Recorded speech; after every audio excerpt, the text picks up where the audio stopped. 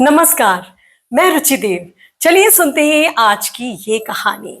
एक शहर में बड़े ही प्रसिद्ध पुजारी जी थे, जिनका नाम दूर दूर तक था।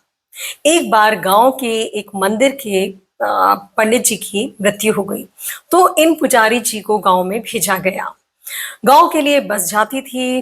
पुजारी जी बस में चढ़े और कंडक्टर को बस का किराया देने के बाद अपनी सीट पर बड़े आराम से बैठ गए। थोड़ी देर बाद कंडक्टर ने किराए का पैसा काट करके उन पुजारी जी को बचे हुए पैसे दे दिए।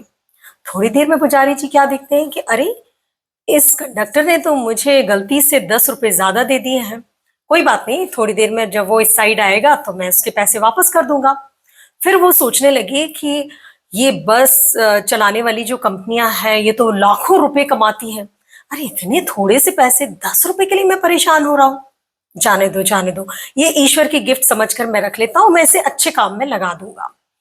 ऐसा सोच करके वो चुपचाप रहे। और उसके बाद जैसे ही गांव आ गया, बस रुकी, तो पंडित जी, पुजारी जी जैसे ही नीचे उतरने लगे, बस उनके कदम ठिठक गए और उन्होंने अपनी जेब में से 10 रुपए का नोट निकाला और कंडक्टर को देते हुए बोले कि अरे भाई, तुमने मुझे 10 रुपए ज्यादा दे दिए थे, गलती से दे दिए होंगे, तो ये तुम वापस रख लो।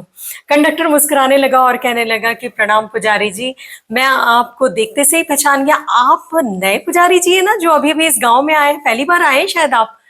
तो पुजारी जी बोले, हाँ हाँ, मैं ही वो हूँ। लेकिन तुम मुझे कैसे पहचाने? बोले, बस मैं तो आपको देखते से ही पहचान गया था और मैंने आपके बारे में इतना सुन रखा था, मुझे आपका प्रवचन सुनने की बहुत ज्यादा इच्छा थी। लेकिन आज जब मैंने आपको देखा तो मैंने आपको जानबूझ करके 10 रुपए एक्स्ट्रा दे दिए थे, क्योंकि मैं ये देखना चाहता था कि आखिर आप इस पैसे से क्या करते हैं। और आज मुझे पता चल गया कि जो आप सोचते हैं, जो आप बोलते हैं और जो आप कहते हैं अपने प्रवचन में, आप बस वही जीते हैं। और ऐसा कह करके उसने पंडित जी को प्रणाम किया। अब पंडित जी वहां से उतरे और जैसे ही बस चल दी, तो बस वो तो पूरे पसीना पसीना ऑलरेडी हो चुके थे। उन्होंने हाथ जोड़े और कहा, हे ईश्वर, तेरा लाख लाख धन्यवाद। तूने मुझे सही समय पे सही बुद्धि दी। अरे, मैं तेरे दिखाए हुए रास्ते को, तेरी शिक्षा को एक छोटे से लालच के लिए दांव पे लगा रहा था। तो सच है दोस्तों, बहुत बार ऐसा होता है कि हम अपने छोटे से लालच के लिए, क्योंकि हमें ये लगता है अरे, इतने से क्या ही फर्क पड़ेगा, और हम उसको इग्नोर मार देते हैं।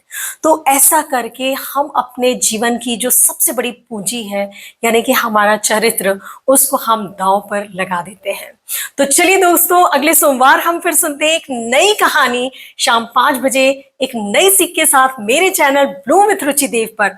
और हाँ, जाते जाते मैं आप सबसे फिर से यही कहना चाहती हूँ कि आप अपने आप पर विश्वास रखिए, उस पर विश्वास कभी मत छोड़िए, क्योंकि वो हर पल आपको देख रहा है, आपको परख रहा है। वो आपको कभी गिरने नहीं देगा, आपको टूटने नहीं देगा। वो तो बस आपको आने वाले समय के लिए तैयार कर रहा है। नमस्कार, धन्यवाद।